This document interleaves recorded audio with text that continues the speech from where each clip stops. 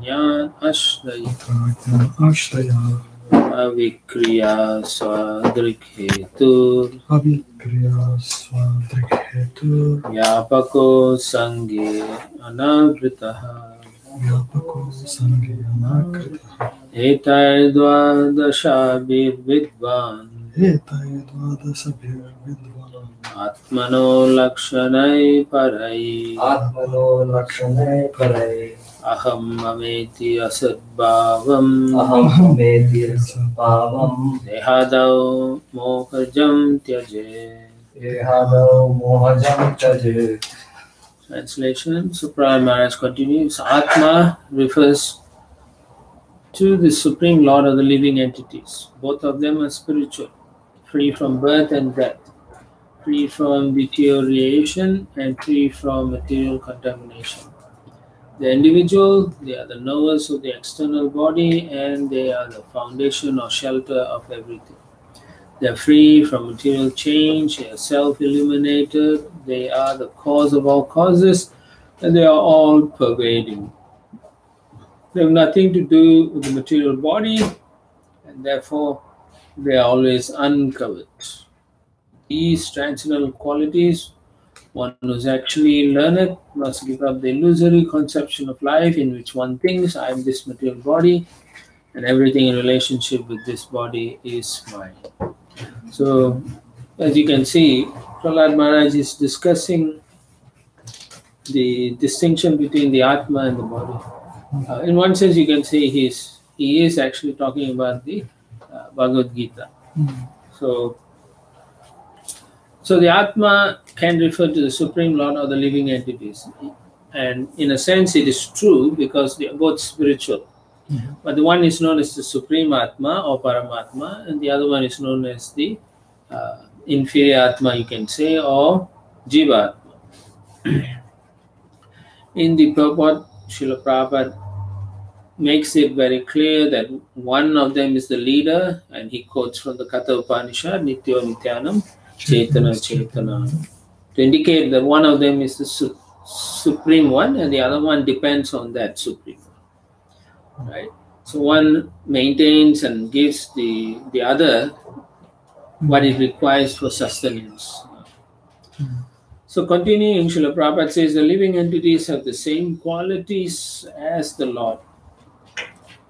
Just as a drop of seawater is composed of the same chemicals as the great sea itself.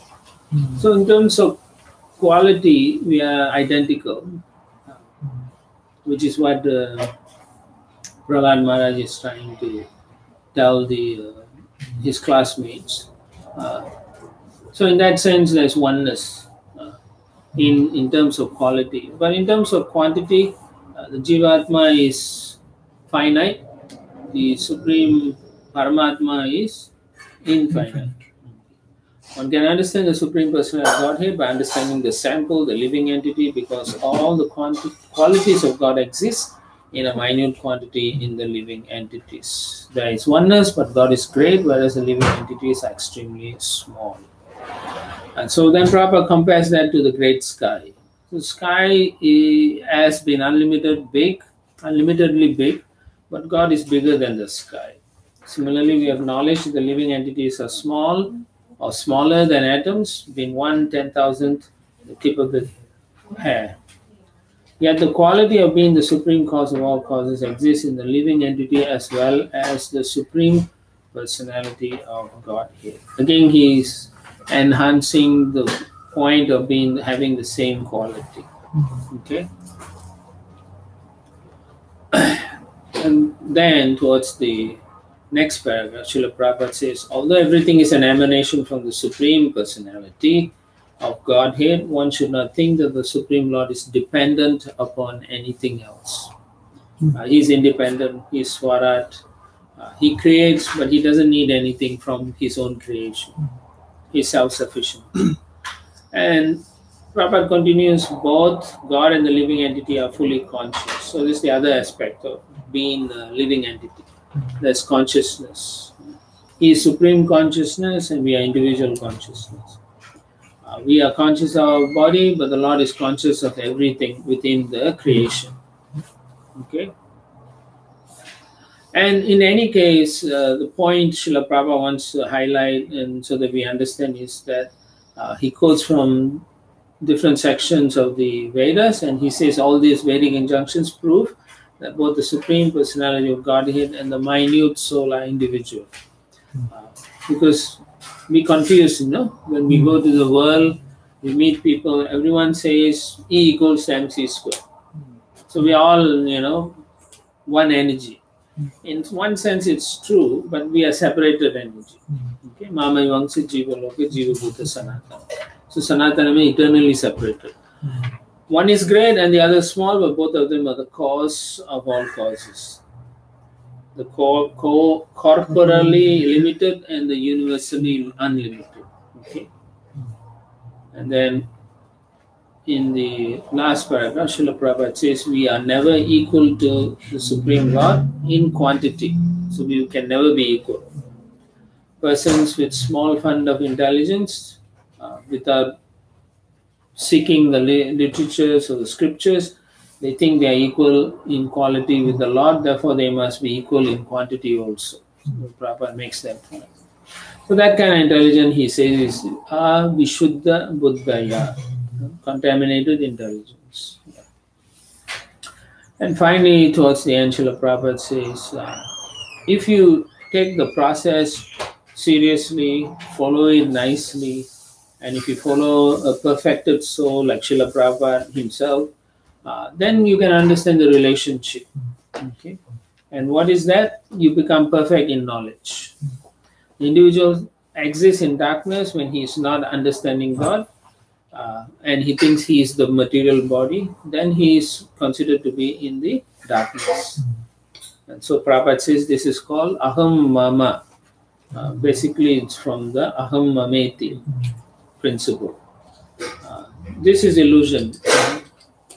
One must give up this illusory conception and thus become fully aware of everything. Become aware of everything. Means how everything is connected to Krishna. Not that, this is how this functions. Those are, you require those things, you need to know that. But the real aware of everything means how they are functioning in relation to Krishna. Okay, text 21. Swaram yatagra vasuhe makara Kshetreshu yogaistadabhigna apunyat Kshetreshu tereshu tatatma yogai Adhyatma vidbrahma gatim labhete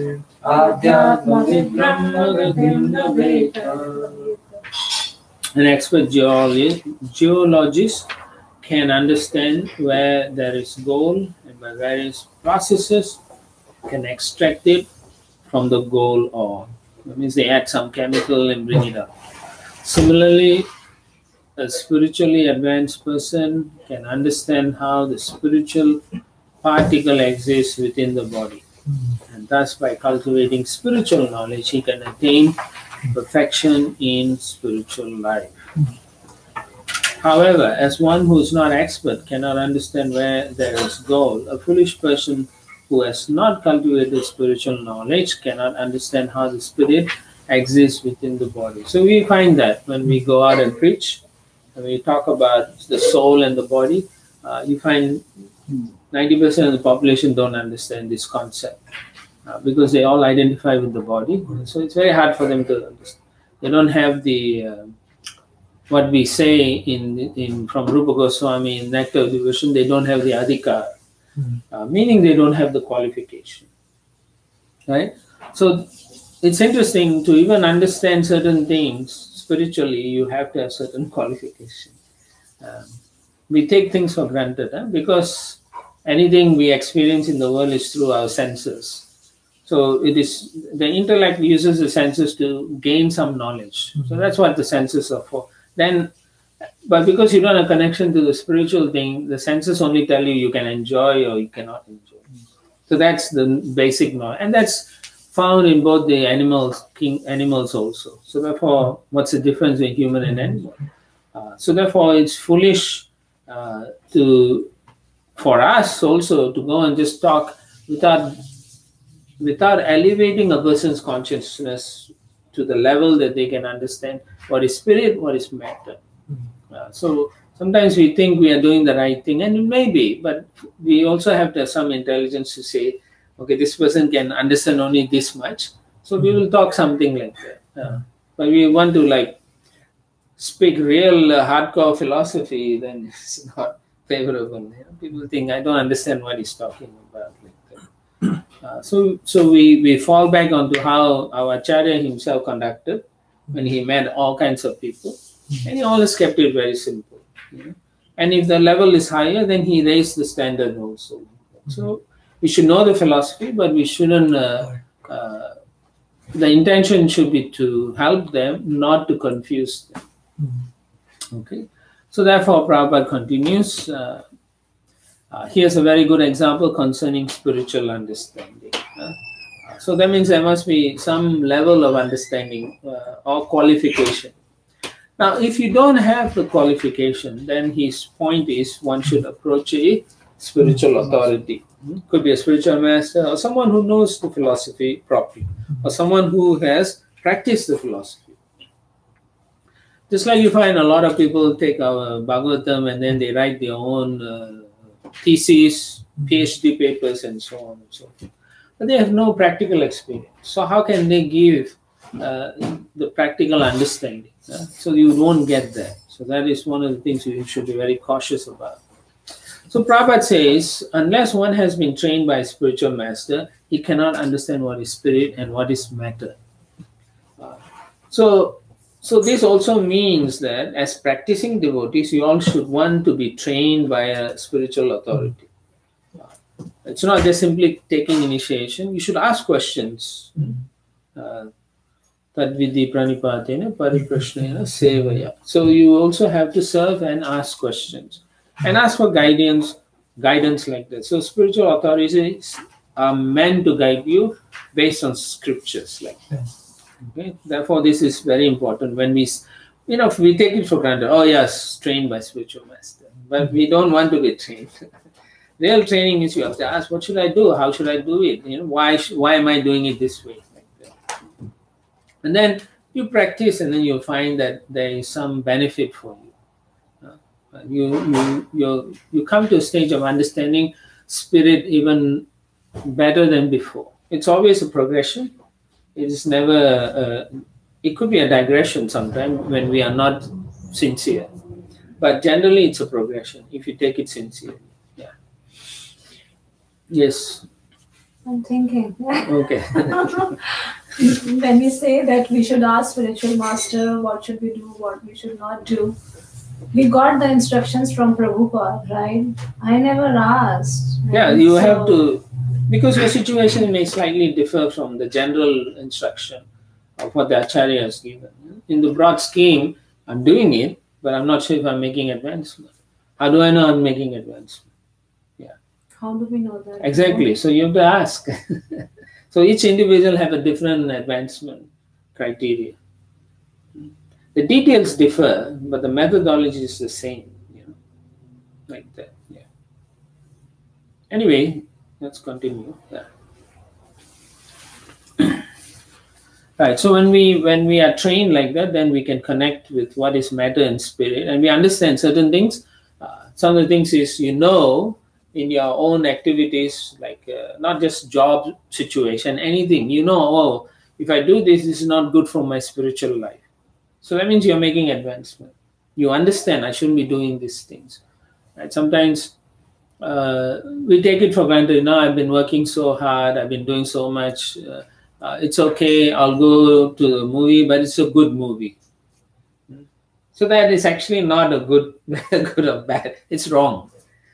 But one who has made that leap and advancement, he'll say, I don't want to do this anymore. Friends will say, come, you need the break. Some devotees will say, let's go to Disneyland, we can have fun and all, So you go enjoy a little bit. But actually then you realize this is not good. I'm just here the whole day. I've spent $300 just on tickets. And then I'm not, I think I'm a fool. Now, That's one aspect. The other aspect is I have children, and those children want to taste those things. If I deny them, they may have this psychological problem later on. So you may encourage them in that direction, but yourself you may not participate. Yeah. You can be there smiling, but you can be reading the Bhagavad Gita, sitting down while they play like that. Yeah. So that's how you can balance somewhat. Or you can ask some friends to take, but again, it could be a psychological issues. Children will say, "You never came with us," because modern children are different from those days. They want more attention, but then their intentions are different. They want to enjoy like that. Yeah. So it's the same way. If you are not trained as a geologist to look at each stone and say this is a type of stone. Similarly, if you're not trained properly, you don't know when you're acting spiritually and when you're acting materially. So that is the intention Srila Prabhupada wants us to think about carefully. Yeah. Otherwise, we'll just try to, as Prabhupada says, fools. We will become like fools and rascals who have not learned from an expert spiritual master what is soul and what is matter, and cannot understand the existence of soul within the body. To understand such knowledge, one must be trained in the mystic yoga system or finally in the bhakti yoga system. So their methodologies can differ, but the best methodology is bhakti yoga, as Srila Prabhupada has trained us or has taught us like that. So you don't have to go through all the asanas, pranayama, pratyahara, all those things. And that might take too long, so therefore his intention is just do bhakti yoga. It's quite straightforward. So we appreciate Srila Prabhupada more when we read all this, because you can see Prahlad Maharaj also didn't go into details of the Supreme Lord, too much detail, but rather he focused mainly on the body and the soul first before he gives other information. And so Srila Prabhupada also did the same for all his talks with different people. Unless they start at a common ground, they cannot appreciate why certain things are in a certain fashion in spiritual life. If they come right in the middle and then say why you do that, then it's kind of disruptive, and also they are not really appreciating the value of those instructions also. So here you can see oftentimes Srila Prabhupada always talks about you're not the body. And so Prahlad Maharaj does the same thing. And so we have to appreciate all those things. For our part, we should know that we are still not the body. To practice nicely, we have to accept those principles very, very strongly, because it's going to confuse us. Material energy is very powerful, and you end up thinking you are the body at the end of the day. So that's the confusion. Instead of understanding that so Srila Prabhupada says the first instruction is that one should understand that the soul is within the body and is transmigrating from one body to another. And he says this is the beginning of spiritual knowledge. So think about that for a moment.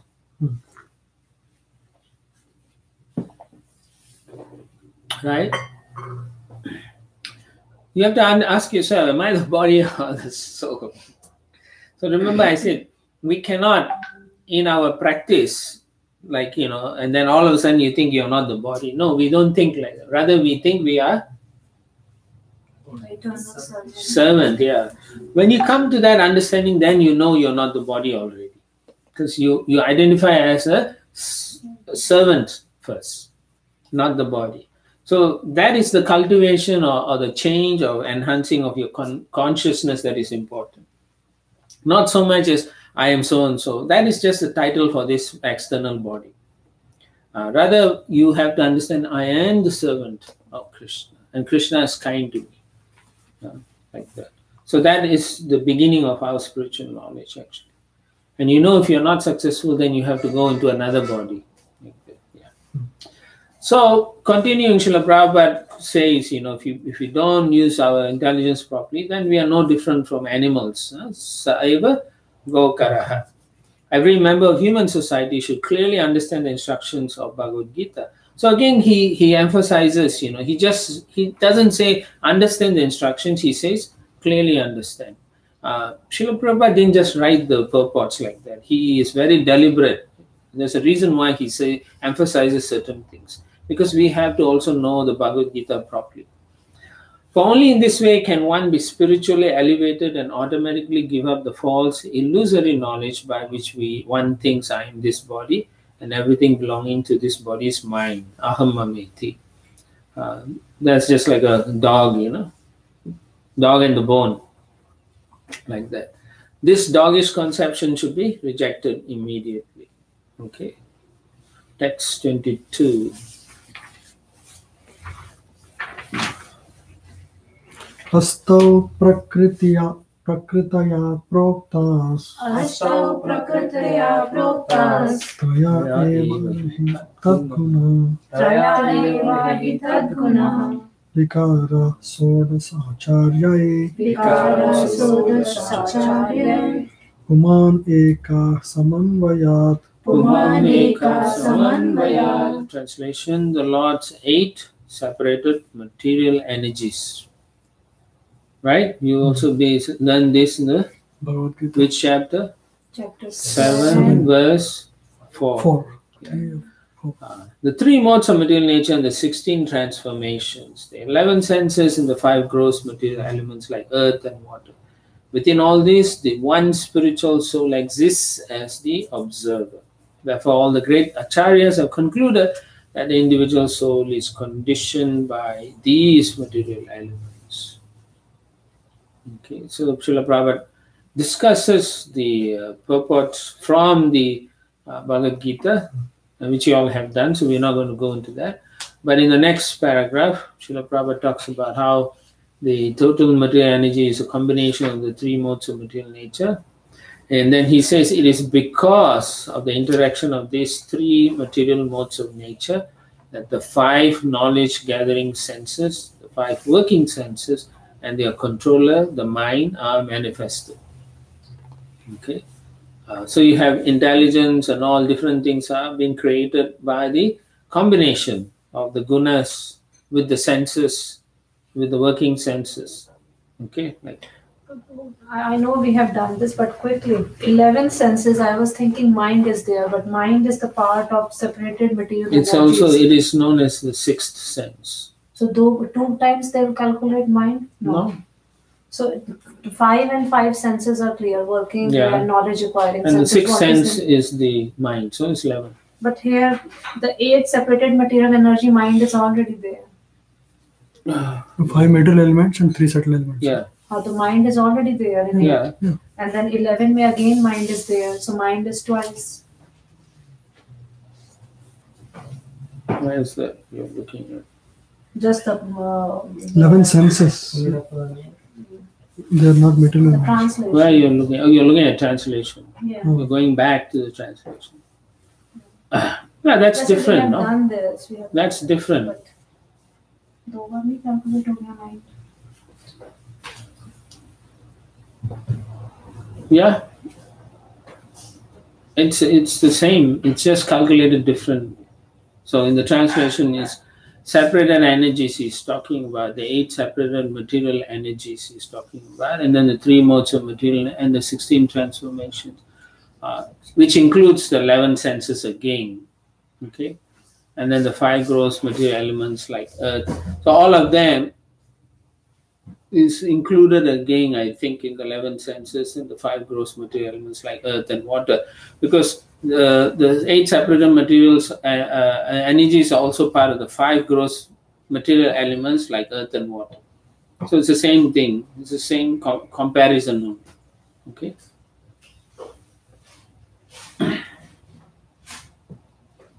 Okay, so let's continue. Where was Anything that? in bracket is more explanation. It's just more an expansion of that. Expansion of That's it. how I see it. The root is the 3 modes of material nature and there are You're transformations. thinking both. No, it's just an Acha, explanation. It's not added together. It's just that this is what they are made up of. Yeah. Okay. All right, so then Prabhupada continues.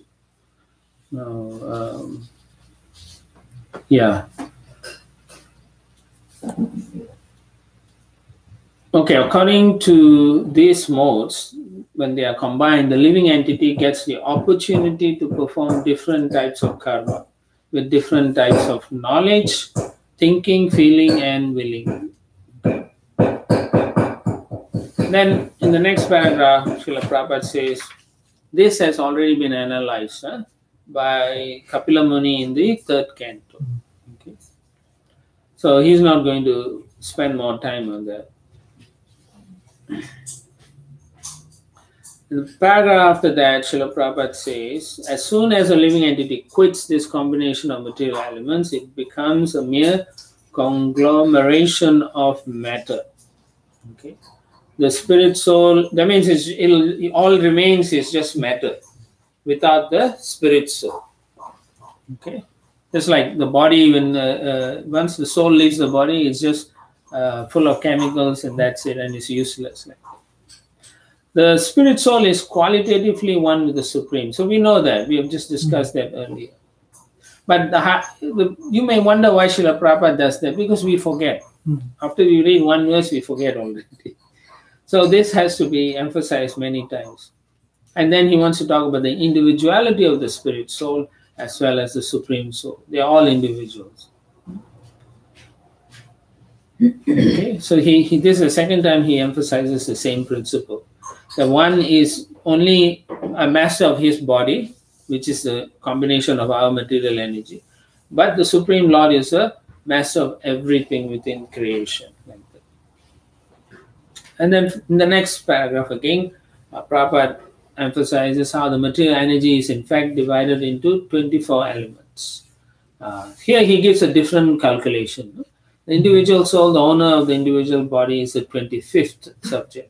And above everything is Lord Vishnu as Paramatma, the Supreme Controller, who is the 26th subject. And like that, this is Sankhya. So you can add time element and everything that you can either add them together or separate them like that. So depending on how you want to count. So when you understand these combinations properly, then you understand the distinction between matter and spirit. That means without spirit, no matter what you combine is useless. Actually, basically that's what it is. And who is guiding that combination? The Super Soul, or actually in this case, the Supreme Lord, who is manifesting the original creation. The Mahavishnu, his glancing potency and all, which starts the entire creation within the material universe. Now, our knowledge, even though you can have jnana, it is not complete until we accept that it is with the Supreme Lord, or it comes from the Supreme Lord. Then we cannot see the relationship clearly if you don't have the Supreme Lord being the catalyst behind all these things, you can say. Or in another sense, we are the catalyst and the Supreme Lord provides us with all the facilities. Okay. So when we take shelter of the Lord, then some things that are difficult to understand is revealed also. Just like Vishwanath Chakravarti. He had Krishnadas Kaviraj says how there's 24.5 moons on the Lord's body. So he tried to calculate, he could not understand. So he cracked his head and he didn't. So finally he decided, if I cannot understand, what's the point in living? So next day I'm going to give up my life like that. So that night when he was sleeping, Srimati Radharani came and told him how to calculate. So based on this grammar, this is how you can calculate. Then he wakes up and then eureka moment. So the revelation is that because they accept the Supreme Lord, and so the Lord kindly will reveal. So it's the same for all of us also. But not to the extent where the personality of God, it comes personally to tell you, you need to chant your rounds. Not like that. So for us, there will be indication, devotees will say something and it will make sense. Right? Text 23.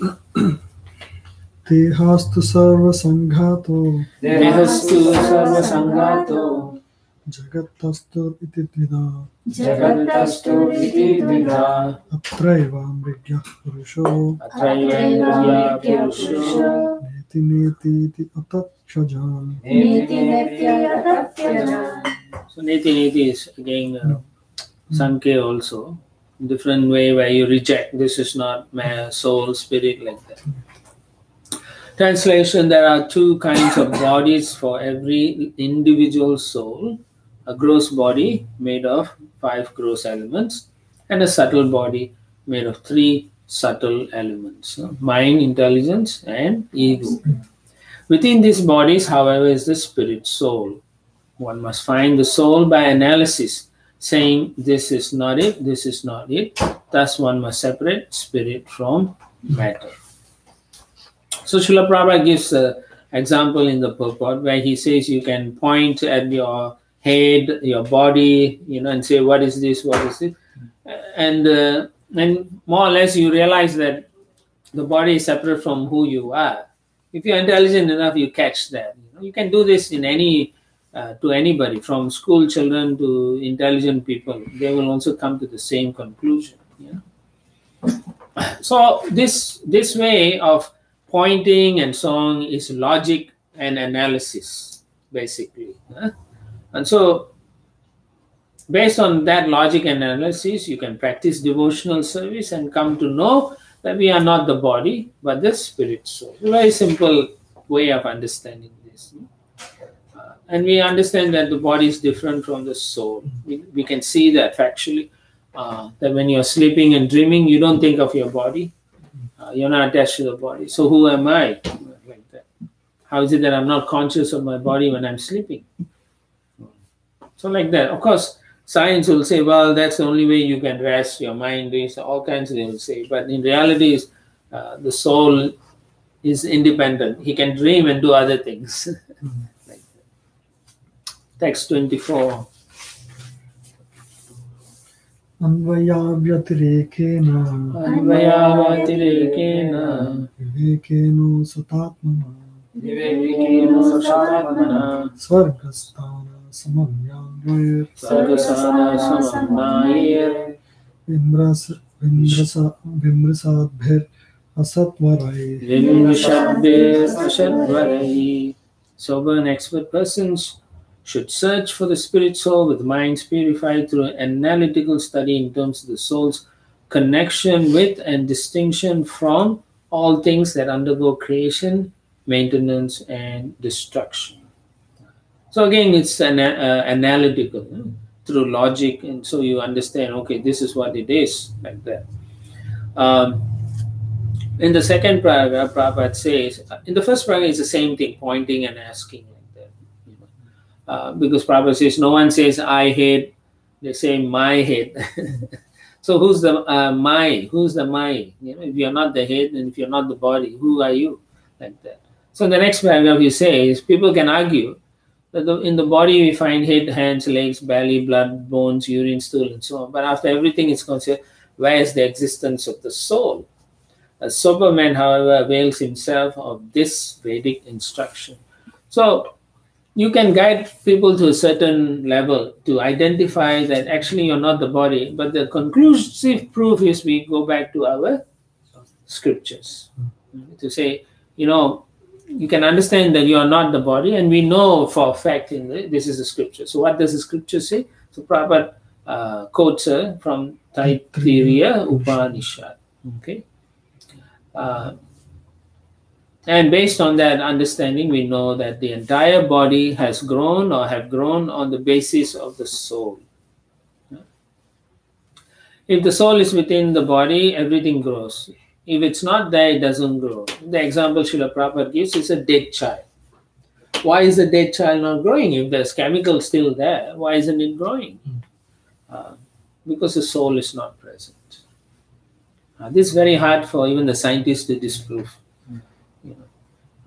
Why is that in the dead child's body? The chemical is still alive. The blood is still, you can transfuse, you can use the organs and give life to someone else, right? So why this body is not alive?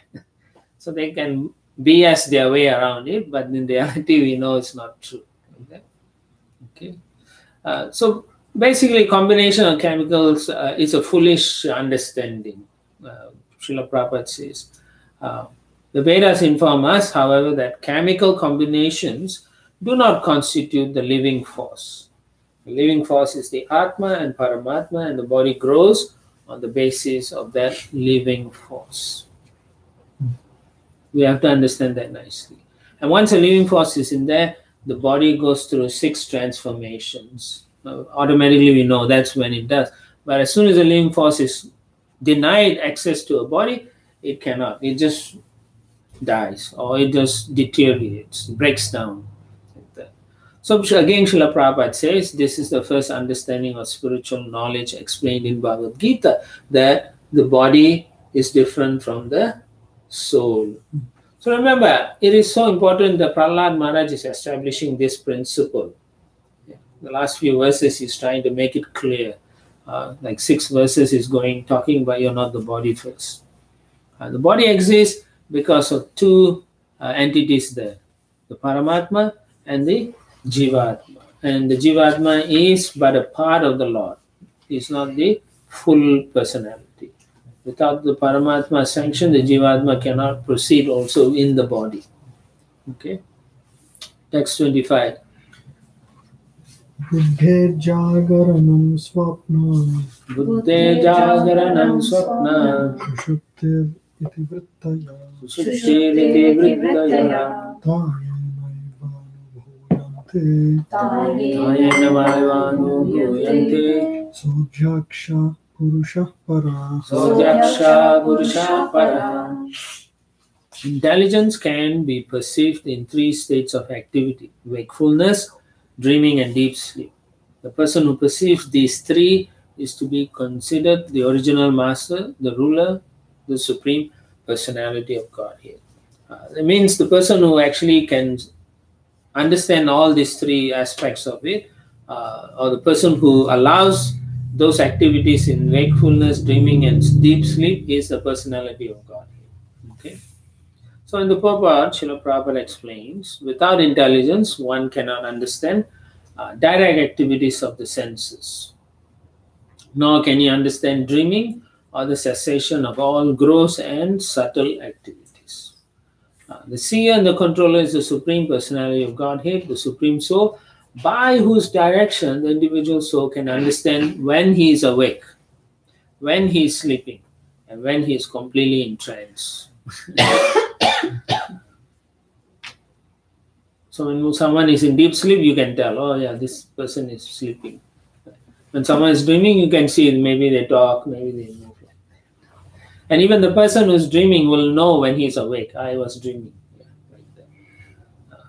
And that's because he has the right intelligence. And that is also provided by the personality of God. Now, how does he do that? In the Bhagavad Gita again.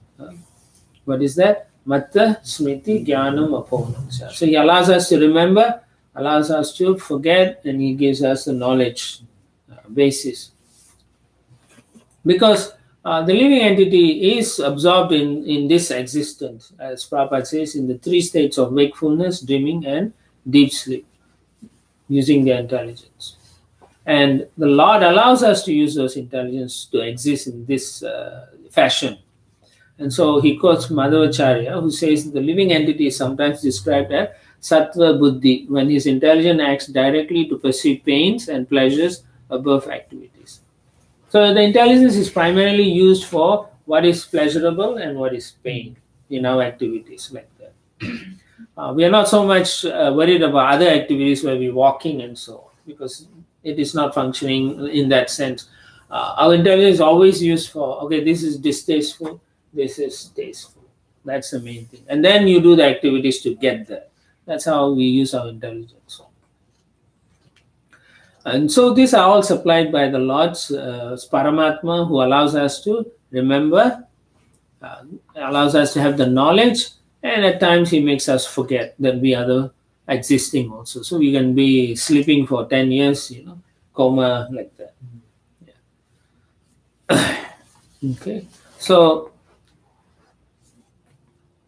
in any case, as practicing devotee, we should look at this and say, how do I know my activities are valid, because otherwise we do it based on our senses, and the Lord allows us to do one of these activities. So you should always ask yourself, when you do something did I do this correctly? Even in spiritual activities, sometimes you interact with a person, then you should reflect and say, did I act properly with this devotee? Did I do it properly? Like that. And then at the same time, you can also then reflect and say, if this activity pleased that person, would my spiritual master also be pleased with what I did? So that is how we can make advancement. When we contemplate, this is introspective way of making sure that we are not wasting our time or doing things for the wrong reasons. Why did I do this? Did I do it because I have something to get out of this person? Is that the reason I serve this person? So it's important for us. The more we think like that, the more we can make adjustments, because we know for a fact that this is a good activity, this is a bad activity. That's how we make advancement from our side. Text 26. Ebi stri varnai paryastaya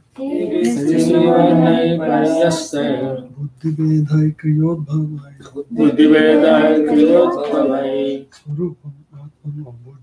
sarupam atmano buddhyet gandhaydayam ivanivaya. As one can understand the presence of the air by aromas it carries, so under the guidance of the Supreme Personality of Godhead, one can understand the living soul by these three divisions of intelligence. These three divisions, however, are not the soul. They are constituted of the three modes and are born of activities. Basically, the soul is the observer of the three states. Now, again, it's Bhagavad Gita, because remember, even in Bhagavad Gita, the Lord says just like the fragrance is carried by the wind. So, same thing. One can understand the presence of the air by the aromas it carries. Okay. So, in the purport, in the first paragraph, Srila Prabhupada says the soul is different from the body, just as the aromas are distinct from the material vehicle in which they are carried. Okay. The soul is just thinking he is doing, but he's actually not doing anything. The body is been made to move according to the Lord's jurisdiction under the material energy, jurisdiction of the material energy. Prabhu, in 2 verses before you said that soul is dreaming, soul dreams. Yeah. Right? And here we are saying soul is separate from wakefulness, dream, and deep Actually, sleep. yeah, the real soul is thinking that I'm doing this. He's watching, yeah, I'm doing this activity. I'm now sleeping. I'm now dreaming. But it's the mind who is doing it, not the soul. The soul is not doing it. Soul is He's not thinking, doing oh, it. now I'm dreaming. Now because I'm it is connecting yes, itself with the body. he's identifying with those Body. things. And because he identifies with that, he identifies with the body. Okay. So the body goes through those states. So he's thinking I'm sleeping. So then actually, even that, for him to think I'm sleeping, is the intelligence is given by the super soul. Allows him to think like that, remember like that. Yeah. But actually he is independent, which is why Prabhupada says the soul is the observer of the three states. And so, but he identifies. When he awakes from that identification, then he's free. Then he's free to serve the Lord with the affection.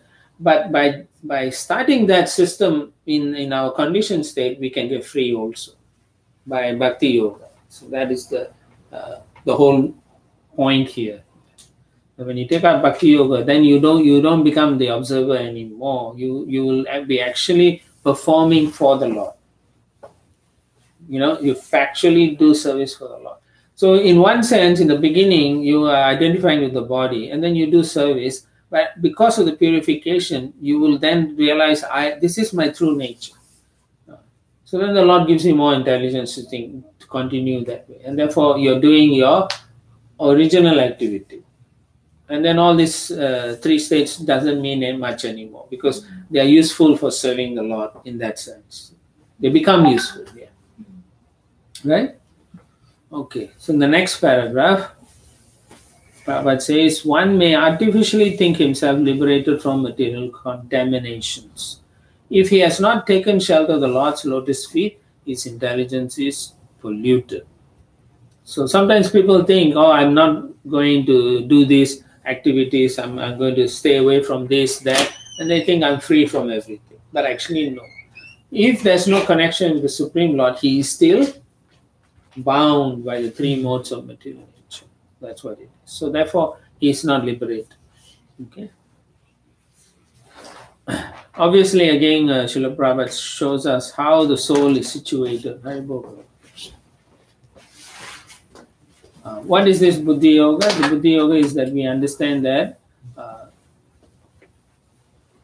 we are connecting the Lord through devotional service. That's all. And we're using our intelligence in His service. So through the body, the soul is observing all these activities. Okay, through the body. You can use any body, but it's through the body it's observing, oh, I'm doing this, but actually he cannot do anything. He's just observing, desiring, and then the Lord allows those functions to be happening to the body, and he's identifying with those activities. Oh, I'm doing this, and oh, I'm so good like that. But it's like a dream state, actually, a virtual reality, so to speak, right? You can sit and put, and then you can go walk everywhere. Yeah. But you're not doing it, right? So that makes a very clear understanding. That's how the soul is. And he's experiencing happiness sometimes. Sometimes in the virtual reality, he falls down, and then he's experiencing the pain. But actually, nothing's happening to him really, but it's identification. So that is the karma. That is what is going to take you through cycles of birth, death, old age, and disease, and reincarnation. So in general, he is observer only. Yeah. And the person who activates the intelligence that is possessed by the jiva is the Paramatma. Okay. Text 27. Etadvaro hi samsaro Ekaro hi samsaro karma nibandhana gunakarma nibandhana patopi ajnanamopatopi sahasvapna varpyate pumsasasana. Through polluted intelligence, one is subjected to the modes of nature, and thus one is conditioned by material existence. Like a dreaming state in which one falsely suffers, material existence, which is due to ignorance, must be considered unwanted and temporary. Based on this understanding, it must be considered unwanted and temporary. What is this polluted intelligence? That means we identify with the material body. The right intelligence is I am a living entity, servant of Krishna, like that. And to get that, one has to actually practice devotional service, read the scriptures. And that's how you purify your intelligence. The intelligence is only purified through reading scriptures and listening to advanced devotees classes like that, lectures like that. So then you'll see, oh, this makes sense. They may, because of their purity, they can touch us, and the proximity allows us to be purified also. So then we are able to grasp those things easily. So that's purification of intelligence. But if it's not purified, then that's what it is. One is then subjected to the modes of nature, because intelligence is, when it's not purified, the mind controls the intelligence. Okay, the mind is mind, intelligence, and ego. But if the intelligence is supposed to be superior to the mind, but if it's polluted, then the mind takes advantage of it, and that's when it makes it use for its senses to enjoy. The mind and the sense organs are all only wanting to enjoy, so they will pull you this way, and the main guy who drives them is the mind. So if it's contaminated intelligence, then he's subjected to the modes of nature. So whatever he sees is, oh, that's a good thing, let's go enjoy, like that. Then the mind will say how to enjoy, the intelligence say, I know how to enjoy. These are the ways to enjoy. So then one is conditioned by material existence. And therefore, as I said, virtual reality, you think you're suffering and your happiness is there. And therefore, Prahlad Maharaj says this ignorance must be considered unwanted, and because it's temporary. Okay, and all this happens because we don't want to connect with the Supreme Lord. And so, if no Krishna, you're forced to be in the three modes of material nature. No choice. You cannot argue otherwise. Our existence is determined already. Either you exist with Krishna or you exist with the material nature. So you have no choice. And so therefore you have to accept wherever you fall like that.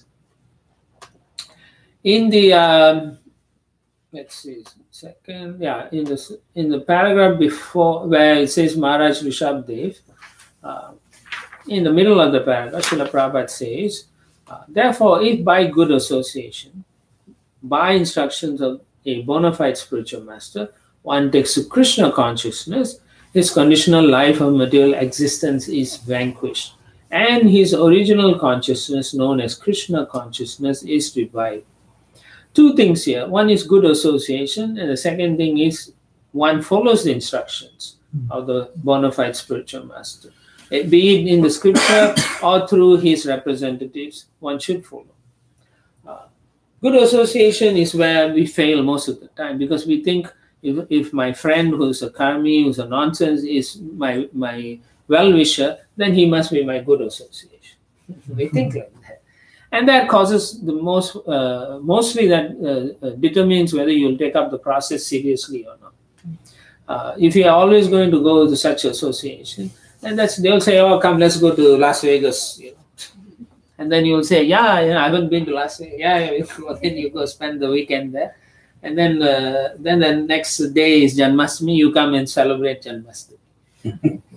but actually you don't have good association, because you only are looking for enjoyment, sense enjoyment. So therefore, good association determines your ability to understand bona fide spiritual master or authority giving you instructions. They cover you. It's very subtle. Your friends may be very pious people also. They may follow rituals and everything, but they may not be the right person to help you become a devotee like that. So having read Prabhupada's books, you should understand, if they are not inclined to take up the process I've already introduced and they are not interested in us, then you should say they're okay. We'll say Haribol once in a while, but they shouldn't be your good friends or close friends. Close, intimate associates. Okay, so that must be there. That kind of intelligence you must have. And as I said earlier, to get that kind of intelligence, you must constantly read Prabhupada's books and come for good association. Otherwise, your material existence is wasted. It becomes conditioned, and your reason for being in a human life is wasted totally. And we can't take up Krishna consciousness. And then Prabhupada continues, when one is in Krishna conscious, he can realize that material existence, whether one is awake or dreaming, is nothing but a dream and has no factual value. Means you understand this life is going to go. I'm going to have all the issues in this life. I'm going to have my children, I'm going to have grandchildren, I'm going to have my grandparents, everything is there. But at the end of the day, I'm the only one who's going to go. When I die, that's it. I have to start this again. Is this what my existence is all about? Virtual reality. Huh? Again, it's all virtual reality. Yeah. Like, you play games, VR games, and you start again, no? Right? You get trapped somewhere, you get killed, and you start again. I think that VR is very good concept now. So that's a dream. That's a dream we're all going through, and the Prabhupada says we should wake up from the dream. Yeah. And how to do that? By the grace of Supreme Lord. That means the mercy of the Lord must be there. To get the mercy of Lord, you should be sincere. Sincere means you are struggling or wanting to show the Lord that you mean you're serious also. And then the mercy will come. But if you're just, itsy bitsy and tiptoeing around Krishna, he also will tiptoe around you. That's the end of it. And the next life, you don't know where you're going to be, Yeah. If you're fortunate, you can remember your past life, like King Bharat. But otherwise, no. Now, King Bharat and all are exceptions to the rules. They have been taught, they have been shown for us what happens to such exalted persons. Kana, long time no see. So this realization possible by the grace of the Supreme Lord. Grace means mercy. Also, grace of the Lord comes through devotees also.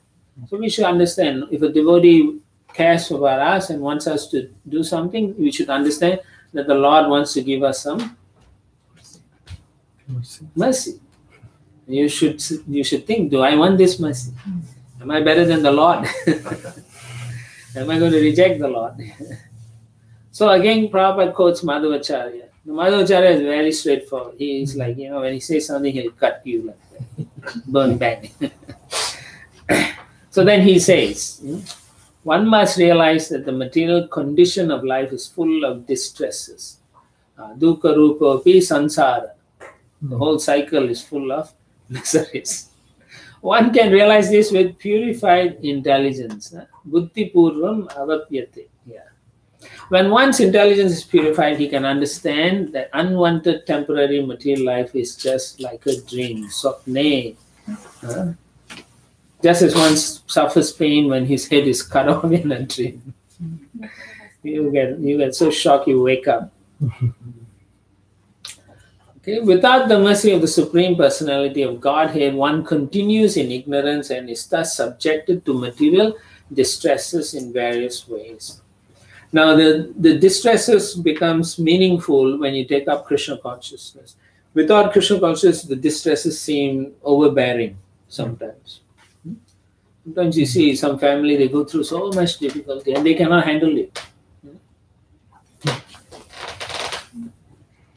They cannot handle those difficulties.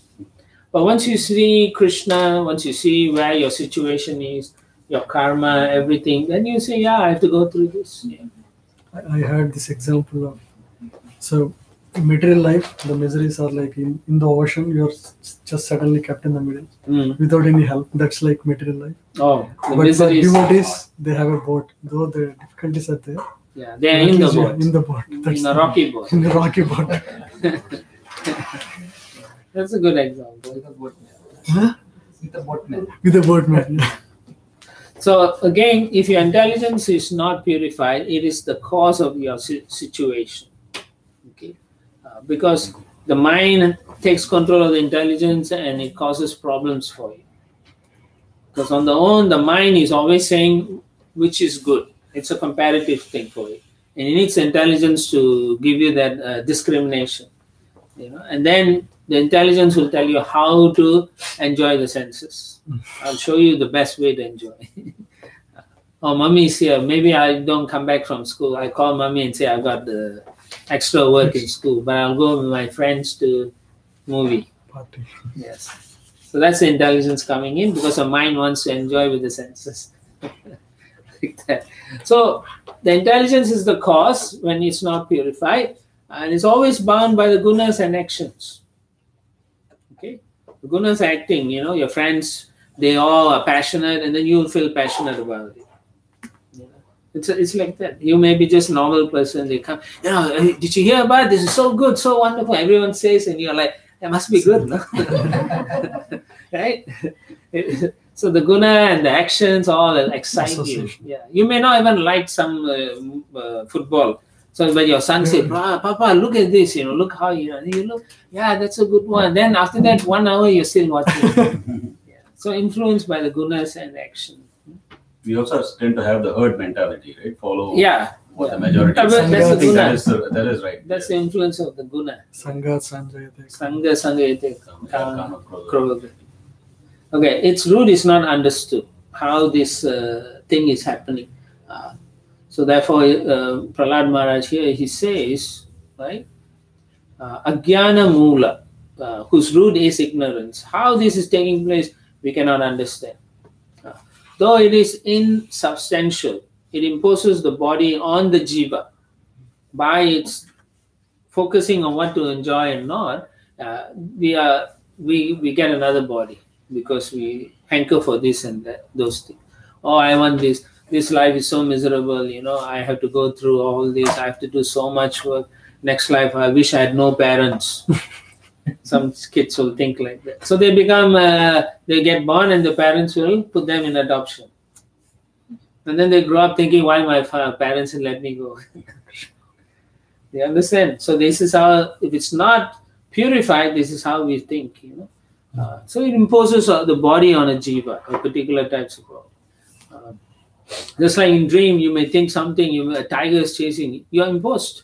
You're frightened. You're trying to escape, like that. So this is one of the Shaktis of the Lord, to keep us here until you are qualified.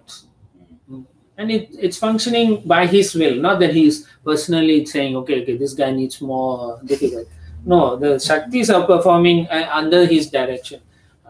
Maya Dikshan Prakriti Suyate Sacharachana. So Akshayana, by His supervision. And then we have to understand this is not our only, this is very important, this is not your only life. If you're thinking this is the only life, then you got big problems, because you'll try to make sure this is a perfect life materially, but then you get stuck. You come back again. I missed this in this life. And then you die and you say, I wish I could have done this extra for my son or daughter. And then, no problem, Krishna will say. We'll arrange.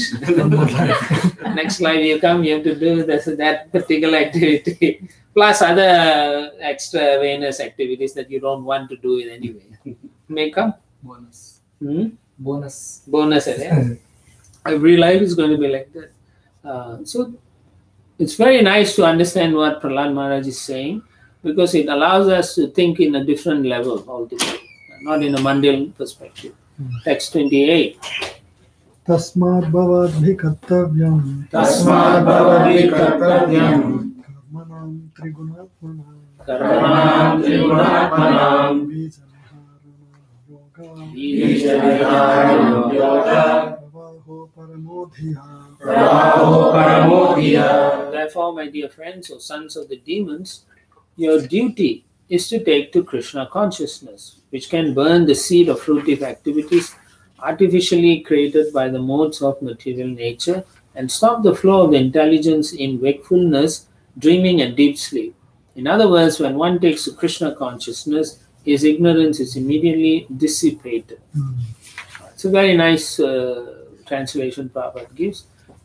He can burn the seed of fruitive activities. That means whatever karma, previous karma, we take to Krishna consciousness will be burnt.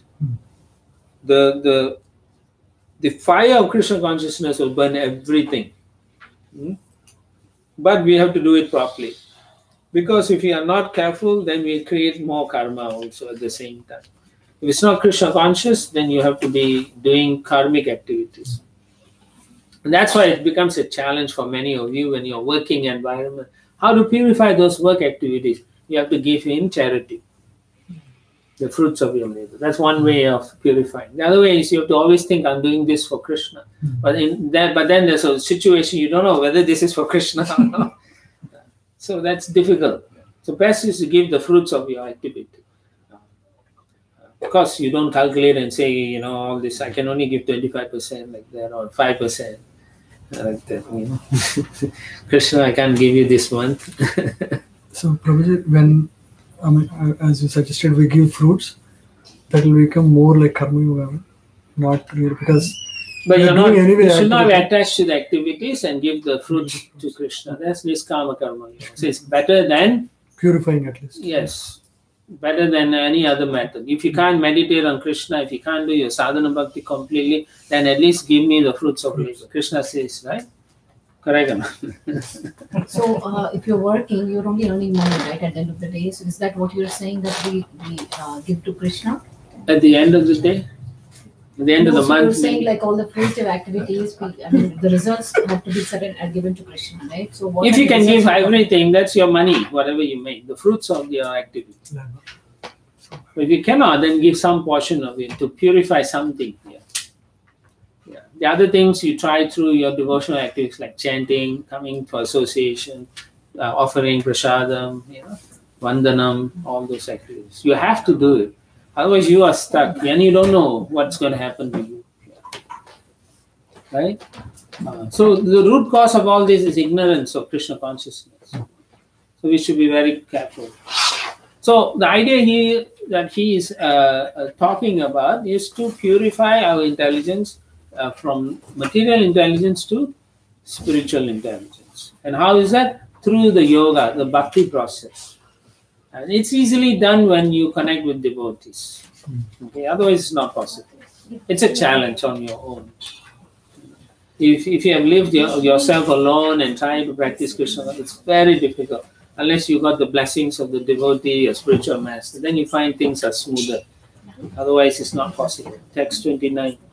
Prabhu, in this purport, I am not getting it. I am not reading it properly. It says, and stop the flow of intelligence in wakefulness, dreaming, and deep sleep. We want the intelligence. It says it stop the Material intelligence. intelligence. We're talking about material intelligence. Spoiled. Text 29. Tatrupaya sahasranam Tatrupaya sahasranam ayam bhagavatodita ayam bhagavatodita yadishvare bhagavati yadishvare bhagavati ayayar anjasarati yathaya yasarati. Of the different processes recommended for disentanglement from material life, the one personally explained and accepted by the Supreme Personality of Godhead should be considered all perfect. That process is the performance of duties by which love for the Supreme Lord develops. So that's just like Prabhupada has given us the sadhana bhakti process. It's coming from Krishna. It's coming from Mahaprabhu, like that. So whatever Krishna tells us to do, that is the best. That means if you read the Bhagavad Gita, you should know what Krishna wants us to do. What Srila Prabhupada told us, this is the best. We cannot create our own levels of saying, this is second best, like that. That's not the point. To get disentangled from the material life, you must do the recommended process. Because some people will say, well, I'm doing archanam at home, like that. But the recommended process for this age is chanting. So then we have to do that process. Somehow or other, you have to give the time to do it. Then you will find you become disentangled slowly from the material life. Otherwise, it doesn't work. So just like Krishna says, surrender unto me. How to surrender to Krishna? So Prabhupada, through Chaitanya Mahaprabhu, is teaching us how to do. Take up sadhana process. Change your lifestyles like that. Chant the holy name. And in the purport, the first paragraph, Srila Prabhupada says, material bondage is a result of sinful activities. This is at the end of that paragraph. Therefore, since the Lord assures that He will dissipate the results of fruitive material activities, there is no need to be worried. So that means we have to be have faith again. It goes back to having faith in the Supreme Lord. This process of understanding one's position as a spirit soul and then engaging oneself in devotional service is therefore the best. Again, this is indicated by Srila Prabhupada and the Acharyas in our lineage. So we follow that. And the reason we have to follow is they can guide us properly. We can't do it on our own. We're going to make mistakes. Easily we make a lot of mistakes. You know yourself how much you cannot do and how much you fail even when you attempt on your own. When you have a guide, you will not cross the line. But if you have a guide and you still cross, then it's very unfortunate. That's all I can say. You're no more bhagyavan. You don't have that good fortune. Right. So therefore, Srila Prabhupada quotes this famous verse, Yasya Deva Parabhakti, Yata Deva Tata Guru Tasyeti Katithaya Atta Prakashanti Mahatmanaha. On to those great souls who have implicit faith in both the Lord and the spiritual master. So we have to develop that, all of us. Then everything is automatically revealed to us. Meaning we know what to do automatically. Oh, this is wrong. I've read Prabhupada said it's not we shouldn't do. But if you don't have faith, then you say maybe Prabhupada doesn't understand the situation in 2018. Yeah, people talk. I've seen devotees talk. Prabhupada doesn't know what I'm going through. It's sad, but this is how it is. Now then the word Srila Prabhupada says, in this verse, the words Yair Anjasharati, that means how one is developing this love, indicate that by offering service and surrendering to the spiritual master, one is elevated to devotional service. And he becomes attached. Rati is also attachment to the Supreme Personality of God. So if you do it nicely, you will get attached. Guarantee. That's what the point is. Then when you get attached to the Lord gives you the intelligence to understand Him more. And then you know you're the Jiva. You appreciate that position. You reflect on that position and you become joyful. So Sukham Kartum Avyayam. So you will do that service with that desire in your heart. Because that relationship is so joyful. And therefore no problem doing Krishna conscious activity. So therefore Prabhupada says, this is a simple matter. It's not complicated. If it was a previous age, you have to sit and meditate for 1,000 years. No time for association with your good friends. So, so we have to understand, okay, this is so simple, only 2 hours. You don't have to give 10 years, 20 years sitting in one cave or whatever, or standing on your hand or head or whatever you want to do. So this is, even with support system, you cannot stand with the hand upside down. So after a while, you understand straight. So it's not easy. In the Dham, you go, some places in Vrindavan, you see people do austerities. In the sun, they sit down, and then, young boys, old men, all doing austerity.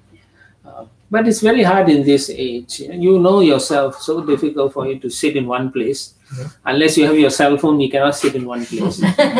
So better to take up the process that is easy for you, as Krishna Prabhupada is telling us here. Take up the process. So simple. That means any place, anytime, you can chant. And it's full of potency. Nija Sarva Shakti can enable you to get out in this from this material bondage. Everything will be destroyed. So this is good. And how is this explained in the next verse? The secret of the success. Text 30 and 31. Guru Shushrusaya Bhaktya Sarvalabdha Paramina Sangena Sadhu Bhaktanam Ishvararadhanena cha Shraddhaya Tat Kathayam cha Kirtanayir Gunakarmanam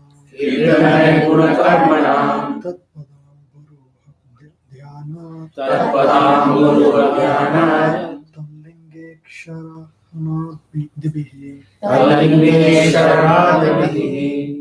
One must accept the bona fide spiritual master and render service unto him with great devotion and faith.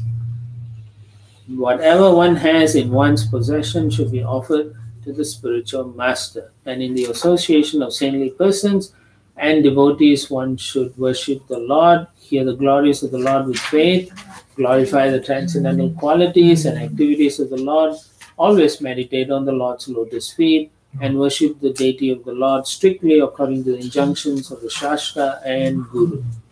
Everything is there in this verse to go back to Godhead.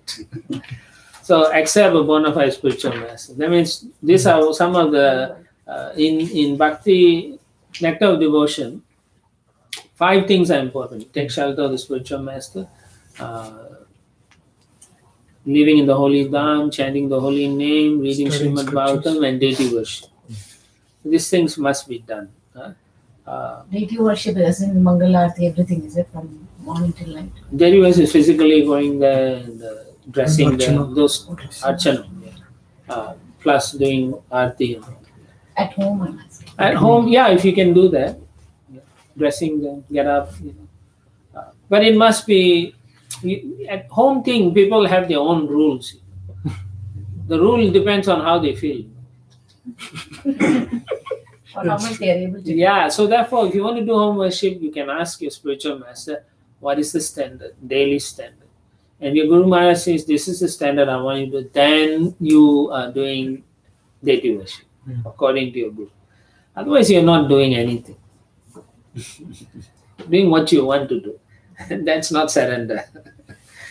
So therefore, accept the bona fide spiritual master. You go and talk to your spiritual master. Say, this, I have deities, and how do I worship them? Daily, how many times I should offer? You tell me and I'll do. That is surrender. But if you tell me 2 times, I cannot do. So you tell me. So Guru Maharaj, you tell me how many times I should do. Like that, right? We bargain like that. Put all the conditions. Yeah. It's like you cannot do anything, Then what do you want to do?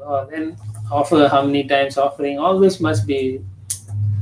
I remember one time I was invited to one place, and then I said, "What is the? I don't know them." So, no, Prabhu, come. They're installing a deity. I said, "They're installing, and you want me to come? I don't want to get involved in that." Say, "No, they can't want you to come." So I said, finally, I relented. I said, "Okay," but then I was thinking, if I'm going to be there and they're installing, I'm responsible for the deities. So when I gave class, I told them, this is how you should take care of the deities. They were not happy at first, or they were not happy. They were very shocked.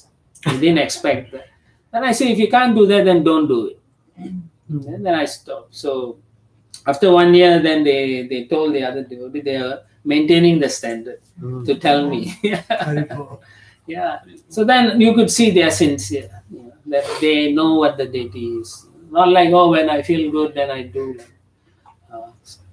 So they also, when they cannot worship, they give to someone when they travel to India, someone takes care, do the same standard like that.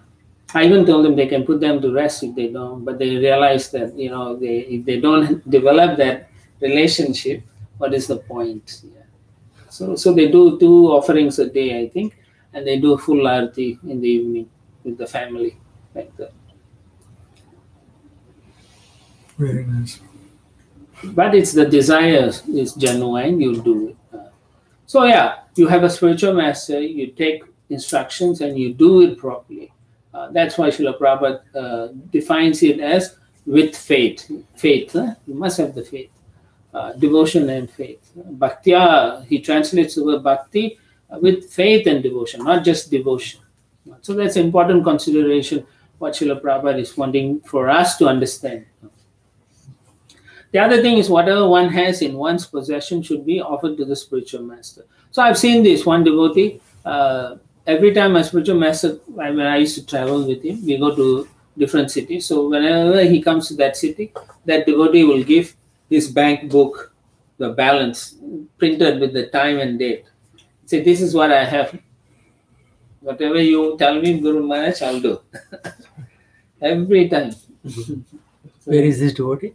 You don't need to know, but the point is he's doing it like that. Yeah. Like that. So they had that surrender attitude like that. Everything is yours.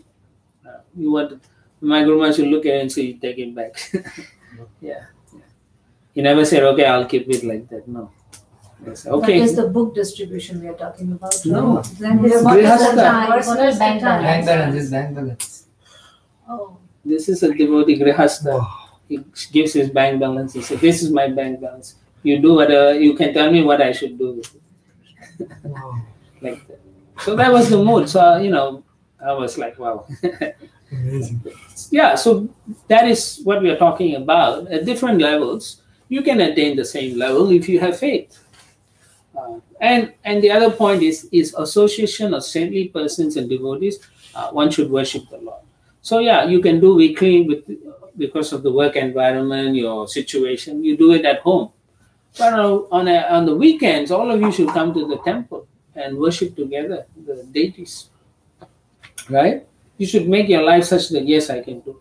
Unless you're going on some course or something like the parikrama, that's a different thing. But otherwise, devotees should get together and come to Mangala-aartis or something like that. At least once a month, you all should go to the Mangala-aarti. All of you should do. If not more than that, every weekend you all should try if you can. And then here the glories means Srimad Bhagavatam. With faith means you accept whatever it is stated. If you develop that, then it's easy for you to give to others. If you have faith, you can give the faith to others. If you have no faith, how can you develop faith in someone else? So that's the same thing. So that's how we hear the glories of the Lord. And again, transcendental qualities and activities of the Lord, same thing, Bhagavatam. Always meditate on the Lord's lotus feet means instructions of the Lord, acharyas, as well as the Lord's form in the temple. You see his lotus feet, you remember, and then meditate and ask him for his blessings. And then doing archanam and then the worship at the altar. If you are twice initiated, go and do those services. Otherwise, you just be the support for the brahmanas on the altar. Jewelry, taking care of all those. So those are all appreciated by the Lord like that. Yeah. So those things shouldn't be given up. The only time you should give up is when you cannot move from your bed or you're out of country like that. Otherwise, you should continue your service.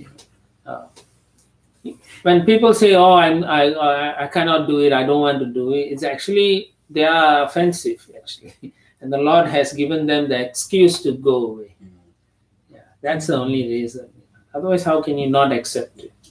Okay. So we should think like that, and then personal service when the Guru comes. Some of you cook for the Guru, support his bodily comforts, buy him medicine, stuff like that.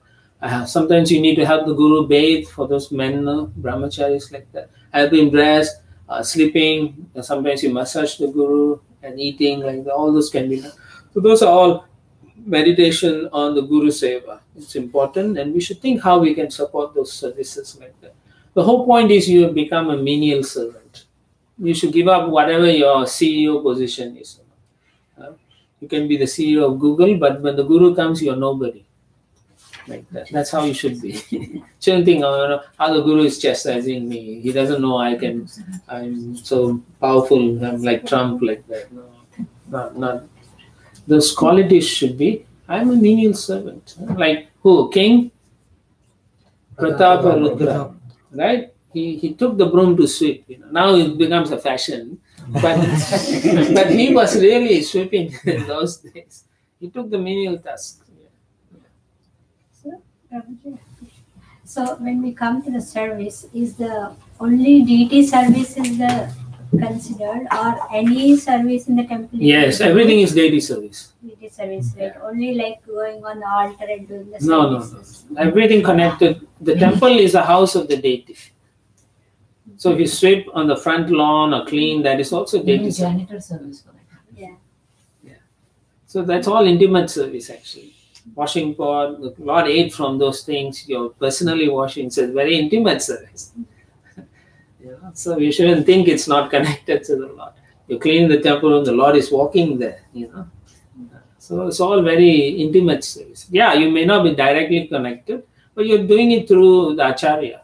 You're still connected. Right? Yeah. So don't think, oh, I'm not doing so connected. You are. You make garlands. So many people make garlands. They are not second initiated.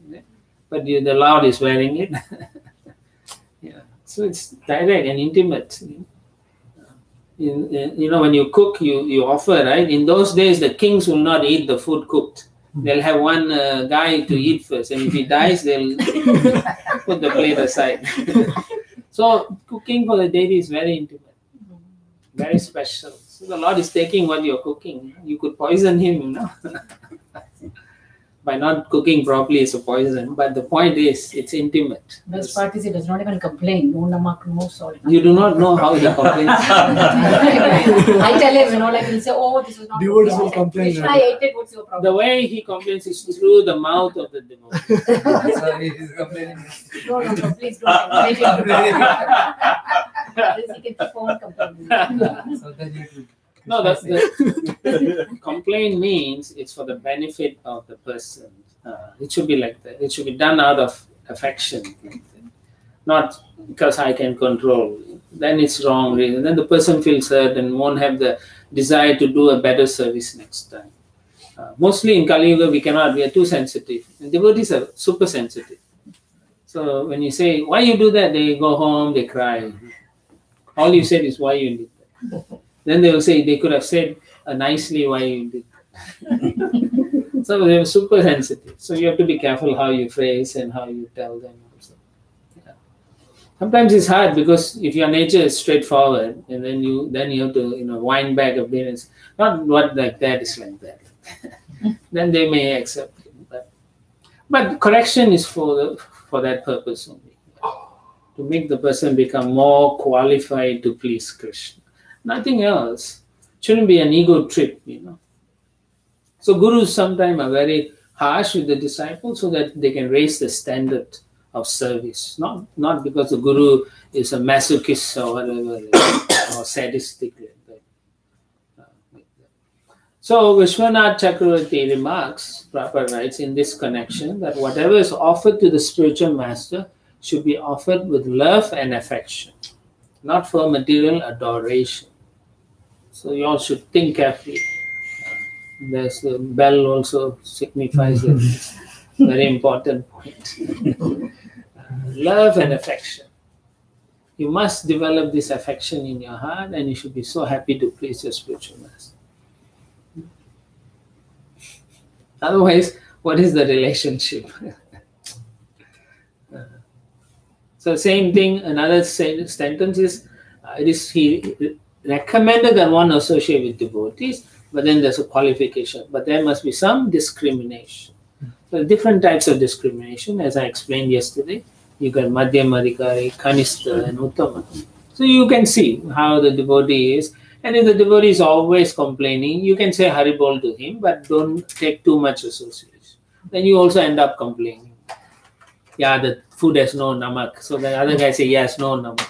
Everyone will complain unnecessarily. Sometimes you say, it's okay. Yeah. Anyway, I like less salt. It's good for my heart. Reduces blood pressure also. So that's the point. We time, place, circumstances when you correct one. Sometimes disciples cannot understand why the guru chastised me, never chastised me. That means he's more merciful to you, and he thinks the other person cannot take the chastisement. Prabhu, Guru never chastises. Chastises? Never chastises, never experienced. Yeah, maybe you are not at the stage where when he chastises, you will accept it. So like, Advaita Acharya was always thinking Mahaprabhu didn't chastise him. Right? That's the first time so he started speaking Mayavad philosophy. Then he got happy. He said, oh, he chastised. So he loves me. Yeah. So different devotee, this different disciple needs different type of medicine. Different folks, different strokes. Right? So that's like that. You cannot have the same thing. It doesn't work. We are all different. We think different.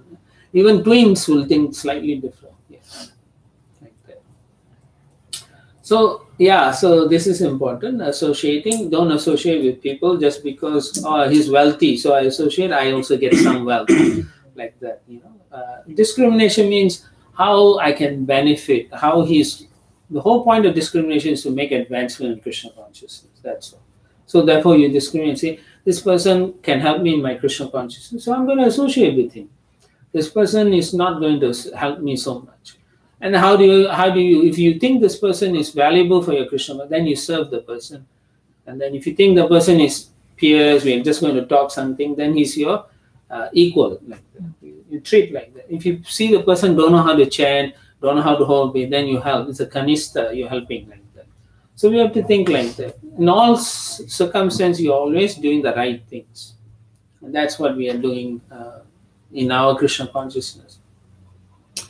Right, so there's a standard of behavior we all supposed to do. Vaishnava etiquette. If you don't know, you should read Vaishnava etiquette. Otherwise, invite some devotees to do Vaishnava etiquette course. If Bhakti Charuswami comes, ask him to give a Vaishnava etiquette course. He's very good at that. So next time he comes, you all can tell him, please Maharaj, give. He gives amazing Vaishnava etiquette seminars. So you Can we ask the senior gurus, like, when yes, you can hear on this topic? Yeah, you can take a poll among all the devotees, and then you can send the poll to him and say, Maharaj, we did a poll, and we would like, if it's okay with you, and if you don't mind doing this, if next time if you come, can you do this for us? We need this desperately. Yeah. Because I think a lot of times people don't know Vaishnava etiquette. Not a lot of time, most of the time. Otherwise, we don't know how to respect one another. We don't know how to deal with one another. We don't know how to treat a sannyasi. We don't know how to treat so many different devotees, senior devotees, junior, like that. Everyone is the same mole, boom, get lost like that. So anyway, Prabhupada says, if the person hasn't got a proper attitude, one should not associate with him if he's not fit person with whom to associate. So you will understand how much to associate also. In some instances, you give association. In some instances, you take association. And in some instances, you don't associate. That's the law. So those must be understood. So now, the affection rises in your heart out of service.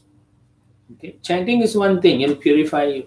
But the physical or the relationship you do with the deities and the spiritual master will create love in your heart, affection. So that must be done seriously. You have to contemplate how to serve. Now maybe the guru is there for 2 days, only 2% can cook lunch, but the others can help you. So what do you want? I buy the boga. So all those are part of the entire thing. And the person who's cooking should say, yes, you please buy this, so that you're involving everyone. Not, no, this is mine.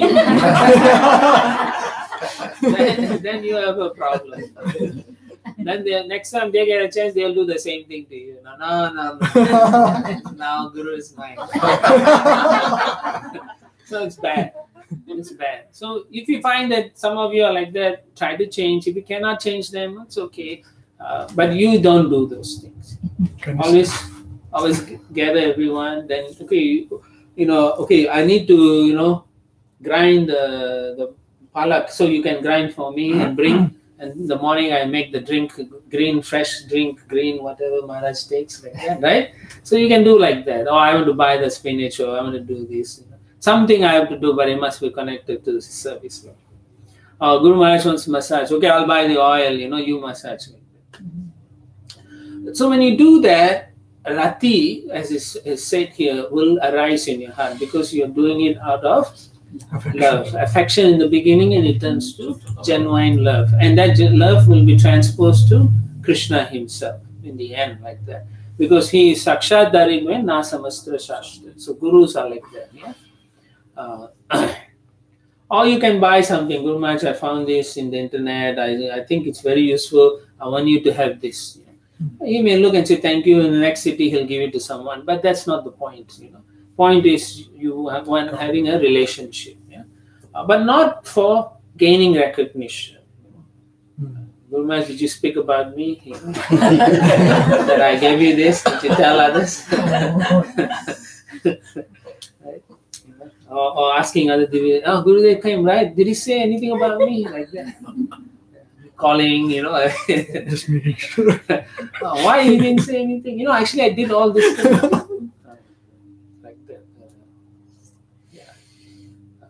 So therefore, don't associate with people who have bad conduct. Even your God brothers, God sisters may have bad conduct in the beginning, so you must be careful because you can be drawn into some silly whirlpool of nonsense. It's very hard to get out once you are sinking in the quicksand, like that. So don't get into all that. But basically, that's the Srila Prabhupada gives very nice purport here. So we understand why we are doing some of these activities. To develop affection. Text 32. Hari sarveshu bhuteshu. Hari sarveshu bhuteshu. Bhagavan asta ishvaraha. Bhagavan asta ishvaraha. Iti bhutani manasa. Iti bhutani manasa. Kamaistais sadhu manaye. Kamaistais sadhu manaye. One should always remember the Supreme Personality of Godhead in his localized representation as the Paramatma, who is situated in the core of every living entity's heart. Thus, one should offer respect to every living entity according to that living entity's position or manifestation. I mean, sometimes you see a purple person, you can say hi, because you recognize he is also carrying the Lord in his heart. He may be a nonsense, but say hi. From a Vaishnava point of view, you have been nice to him. Someone who's first initiated, you can Hare Krishna Prabhu, like that, Hare Krishna Mataji, or pay obeisance. Actually, like that. And different kind of relationship, how you do that, according to the living entity's. So sometimes you see a rabbit running around, you can see this jiva, this life, and in your heart you can say, I hope this jiva gets a better life next time. I've given some chapati or whatever. Pray for him. Yeah, pray for them. So according to the living entity's position or manifestation. Hari Sarveshu Bhuteshu. It doesn't mean that the Lord is one with the living entities. Huh? So sometimes people misunderstand this. That every living entity is Bhuteshu. The Hari and Bhu, that every living is the same. No, it's not like that. As Paramatma, he is in everyone's heart. That must be clearly understood. The Atma and the Paramatma are in the body of the living entity. The Paramatma is looking forward to helping the Jivatma. So it is up to the Jivatma to make that change in consciousness. So Prabhupada says when you offer respect to every living entity, it means offering respect to the Paramatma situated in every living entity. Now we may not be at that level, but at least you can say this living entity also is carrying the Paramatma. That is true. And another thing is you can understand that I should not be cruel to another living entity because the Lord is in that heart of that living entity. But we shouldn't think they are Paramatma, just like Mayavadis. Sometimes, again, you see this like the third time Srila Prabhupada says, sometimes unscrupulous persons designate a living entity as Daridra Narayana, Swami Narayana. This Narayana or that Narayana. One should clearly understand that although Narayana is situated in the core of the heart of every living entity, the living entity never becomes Narayana. Wherever Narayana is, Lakshmi is there. So how can he be Daridra? Meaningless. Text 33. Evam nidjita sadvargai Kriyate bhaktirishvare Vasudeve Bhagavati Yaya samlabhyate ratihi. By these activities, as mentioned above, one is able to cut down the influence of the enemies, namely lust, anger, greed, illusion, madness, and jealousy. So these are 6 things that can destroy your bhakti. So one has to be very careful. And when thus situated, one can render service to the Lord. So when you're doing devotional service, you must make sure you don't cultivate these 6 things. In this way, one surely attains the platform of loving service to the Supreme Personality of Godhead. So again, Srila Prabhupada says, mentioned in verses 30 and 31, one's first duty is to approach the spiritual masters. It's very important. Without them, you cannot understand what bhakti means. You must be trained. If you are very young, you can send to Gurukul, or if not, the parents can teach them. Otherwise, you ask your guru's instruction. He may say, I want you to go and study this, I want you to go there, or I want you to do whatever when he wants you to do. Then you make advancement by serving his instructions. Right? And as you serve this with love, as your love becomes strong to your guru, it becomes easy to become detached from material entanglement. That's the trick. Okay? That means you have to develop that affection for your guru or his representatives or some spiritual authority. The more your affection comes there, through their mercy, you can let go all your material entanglement or attachments like that. So therefore, this disciple, Prabhupada says, follows strictly and in this way learns how to control his senses. Because the spiritual master shows affection and you don't want to disappoint him. So you do your best and then you learn to control your senses nicely. Then by using his pure intelligence, he gradually becomes a lover of the Supreme Personality of Godhead as confirmed by Srila Rupa Goswami. Adau Shraddha Tatau Sadhu Sankara. In this way, one's life becomes perfect and his attachment for Krishna becomes positively manifested. And people can see that you are showing these symptoms. And what are they? Symptoms of crying, all those things. Bhava and Anubhava, which is in the next verse. Text 34. You want a break? Okay, give you 10-minute break. Okay. So 11:55 we start.